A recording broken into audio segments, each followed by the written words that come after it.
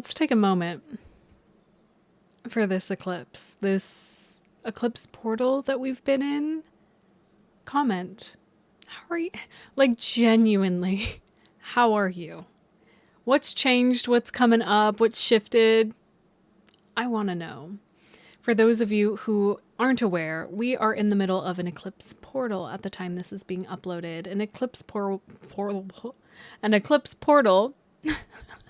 is the 2 weeks between eclipses. So we had a solar eclipse happening on February 17th, and we're going to be in this video talking about the lunar eclipse in Virgo happening on March 3rd. So I want to name a couple things about like what's been transpiring and then jump into talking about this lunar eclipse that's happening on March 3rd. It's going to be at 12 degrees of Virgo, second decan, all these fun things. We're going to get into it. Okay. So a couple of housekeeping things before we dive into talking about everything. If you guys haven't met me yet, hi, I'm Izzy. I go by Astremia here. Some of you have found me from my account where I do channeled messages called 8th House Mercury. If you don't know that account, you can check it out. Everything's going to be linked below, whatever I talk about here. So a couple of things. My Discord server, it's called the House of Celestial Magic. If you haven't joined yet, come join. We have a Writers Guild. We're going to be having events happening on the 9th and the 23rd. No, the 10th and the 24th. And then we have our book club, which we're wrapping up a book currently. So if you join now, you'll be able to vote about our next book and then join the club. We have that every Monday. We meet and talk about the book that we're reading every Monday at 6 p.m. Pacific Standard Time. And then on Fridays, we're currently watching the OA together. If you haven't seen that show on Netflix, please watch it. You don't have to watch it with us, but if you want to come watch it with us, you're more than welcome to. And additionally, we have our Big Flick Energy, which is our movie club that is hosted by our sweet, sweet Aaliyah. And we're going to be doing some fun stuff. I forgot the theme. Women? Is it women? I was right. It is women. Just trust yourself. That's what a perfect segue. What a perfect segue into this lunar eclipse in Virgo. So, guys, we've been going through this nodal story of the North Node in Pisces and the South Node in Virgo sort of energy. Okay, so I'm like gripping my hands so tightly right now because the energy is very potent, what we're in presently. And I just want to bring form and name to what is happening. It's so hard formulating words, guys. I'm ruled by Mercury, if you guys didn't know, and Mercury is retrograde presently. And I'm not going to edit this video heavily because I like to show up candidly. I feel that really heavily edited content just brings, like, takes away, it doesn't bring in, it takes away authenticity. So, the thing that's been very interesting about this specific eclipse portal is we are at an in-between, if that wasn't very clear, because our solar eclipse was happening in Aquarius, which is a new sign. And so we're wrapping up this story of the North Node in Pisces and South Node in Virgo story. So it's kind of like this weird sort of switch of the guard. So some things have been coming in and some things are leaving, and that's been like the present thing. And with the 2-week container that I've been hosting, it's been really beautiful to like name these things and have a touch point and people to talk to about what's been going on. And we all have collectively agreed it's like old identities are literally dying while that energy dying is becoming the fertile soil for our new selves to be born. And it's just been like a massive witnessing process that's been happening right now. So let's dive deeper into like what this means and this specific lunar eclipse that is coming up. What does it mean? Like what does it mean? So we have to understand the nodes and eclipses and all of these things. So the North Node represents where our soul is pushing us. It's that growth edge. It's kind of the area that's uncomfortable for the collective energy. Again, when we're talking about the transits that are happening, it's collective energy. And the way that you make it personal to you is by looking at your own natal chart and seeing where it's landing within your own natal chart and which house it's landing in. And if you're curious about that information, if you subscribe to my newsletter, I will be sending out that information a little bit closer to the date. So, the North Node in Pisces has been really pressing the lesson of letting go and letting God. And this is deeply uncomfortable. Even people probably have a level of discomfort with me saying God, right? God is whatever you want it to be. I'm not here to subscribe you to any specific modality. That is yours. Whatever you believe in, whatever feels true to you, it's that. Because let's talk about the Virgo energy that we're all really have been deeply rooted in, but it feels like that is finally releasing. The release is happening. And I feel that this full moon is kind of like the culmination of being able to see the release. Okay. So the South Node being in Virgo we've been really attached to being overly analytical, being overly controlling, wanting to make sure the systems and the way we organize things and the structures of our life make sense, that they can fit into a neatly packaged schedule or container or program, right? Virgo energy is the mind, body, spirit alignment. It's like, I have to have everything in order before I do X, Y, and Z. It's like, I need to have all these pieces in place. I need my filing cabinet and my closet clean before I can actually sit and film the video. Or I need to make sure that I complete all of these tasks before I actually do the thing that I want to do. It can be very controlling, and Virgo's ruled by Mercury, by the way. So it's mental anguish a little bit when we're in that sort of negative connotation of Virgo. All signs have positive and negative qualities because that is the nature of things. And that sort of analysis paralysis that Virgo gets into, it's intense. And it can, I want to say this specific word, but I feel like I'm going to say it wrong. Debilitizing, I see it in my head, and literally I'm like, I know how to say this word, but it's not going to come out. Debilitizing. Yeah.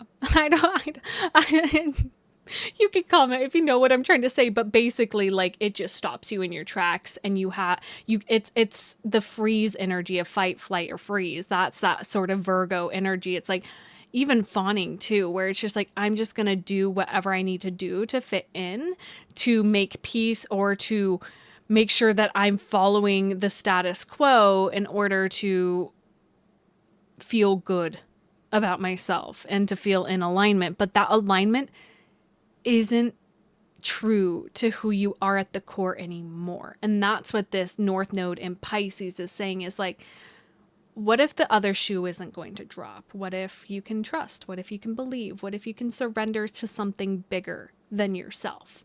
And that South Node in Virgo is deeply mistrusting of that sort of energy, because it's kind of science-based, facts-based, where it's like, well, according to my calculations, that doesn't add up. And that if I do this, then that equals that. But Spirit's like coming in and is like, but if you just trusted.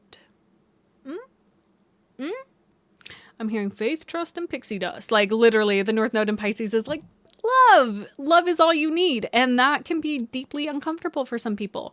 And I've witnessed it in a lot of people in my life. And even for myself, I am a Virgo rising, guys. This energy has been very confrontational, but so beautiful to sit with and reflect on. So, diving deeper into this specific lunar eclipse, we have the moon at 12 degrees, the sun at 12 degrees, obviously creating an opposition. And what makes it a lunar eclipse is that the earth is at a position where it's blocking the light of the sun, which creates that beautiful, like, orangey red lunar eclipse. And so I like to kind of look at this in practical terms, because we have the sun, our ego, the earth, sort of the material realm in which we all operate on, and then we have the moon, our unconscious slash subconscious processing. So it's like the worldly things is coming in between what is presently happening. So with the earth coming between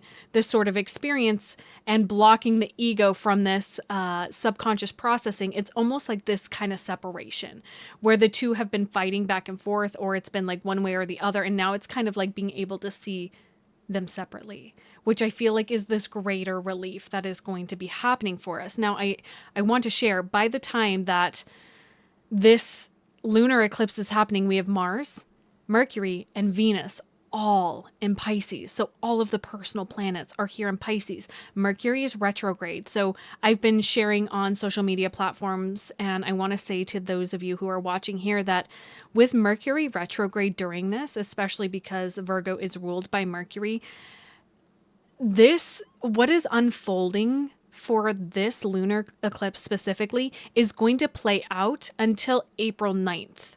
And I say that because Mercury is going to be retrograde until March 20th and then have his post-shadow retrograde period where he moves forward on that trajectory and will be out of the clear of the path that he traversed by April 9th. And so this is interesting energy. So this is going to have more waves and contractions of releasing of what comes up here, what's kind of brought to your attention. Because full moons, right, really are heightened energy. It's peak energy. And then with this sort of moment of the earth eclipsing it, it kind of collapses that energy a little bit. It's like, oh, it kind of has this sort of like, I need to pay attention to what's coming up here. Very similar to what I said about my solar eclipse video. Eclipses are just interesting omens when we really rewind ourselves back in time.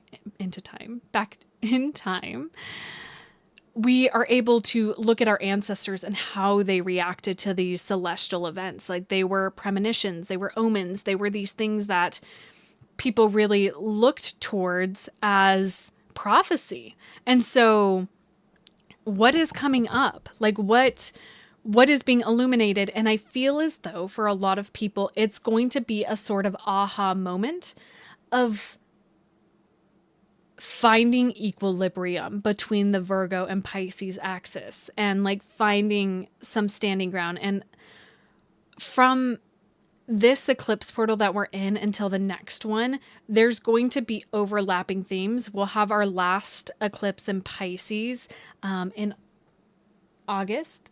August 27th will be our lunar eclipse in Pisces. Okay. So with that being said, like that will be the last one of the cycle. So this one's coming to a close. Now, this lunar eclipse is in the second decan of Virgo, which is ruled by Venus.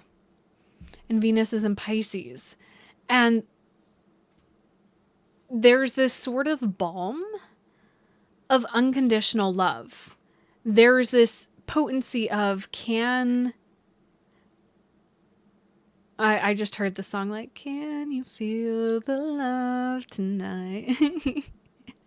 Where it's releasing your grip on perfectionism. It's allowing your heart to lead.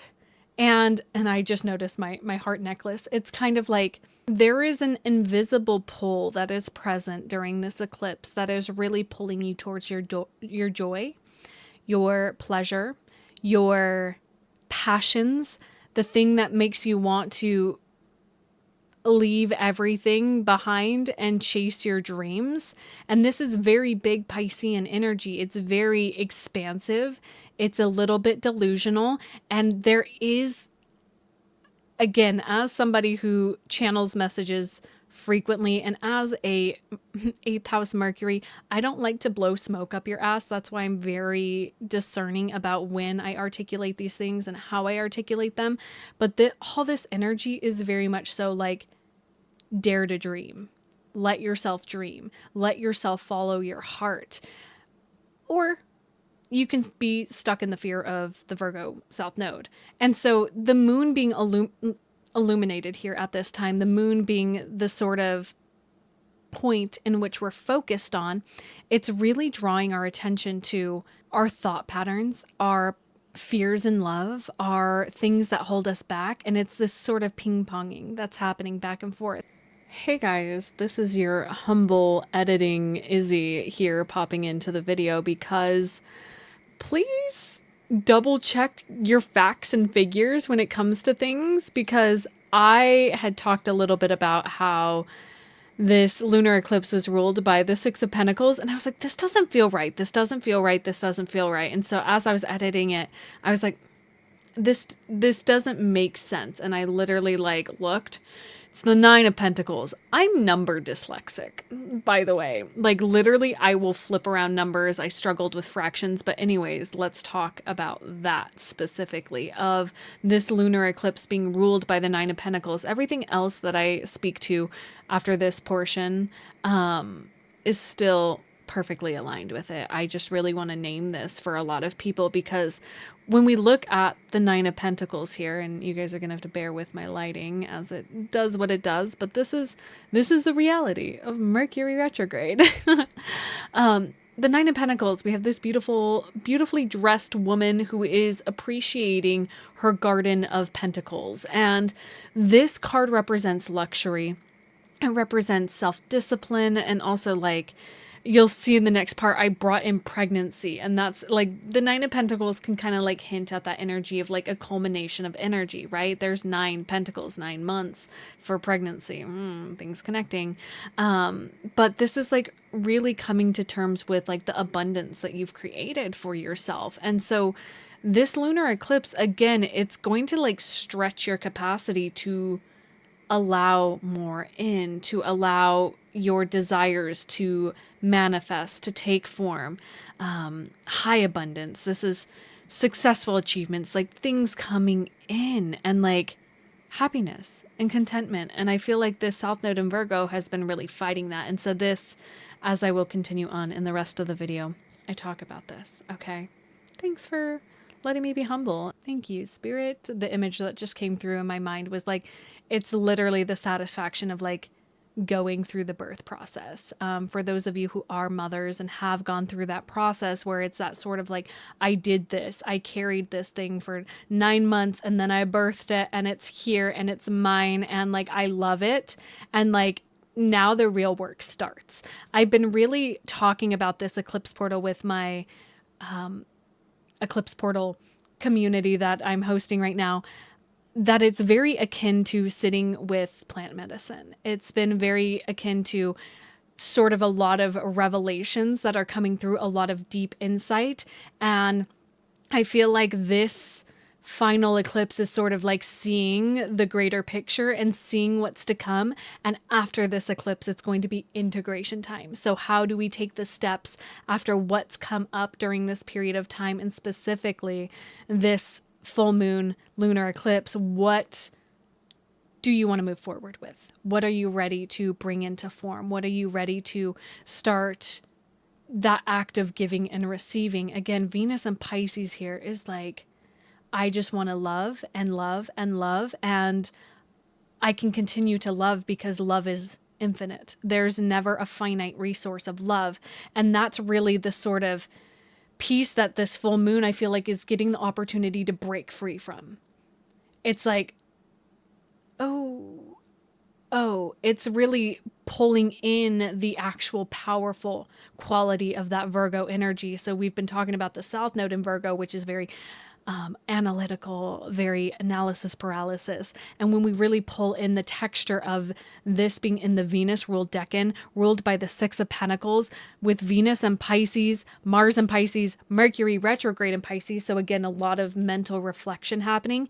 It's like, it's giving the power to Virgo to actually now create systems and emotional processes that support the unconditional love. It's this sort of rewiring the mind, rewiring the nervous system to trust, to find the frequency of trust within self, trust within self-love, and trusting love again. And it's like, can you trust love again? The answer is yes, but it's going to take the work of peeling back those layers that tell you no, those little voices that say no, it's not safe to trust. The things that come up in your body, nervous system, somatic stuff, that's Virgo things. Like what's coming up in your body, even when I say that, even when I name that to you guys here, like what's coming up.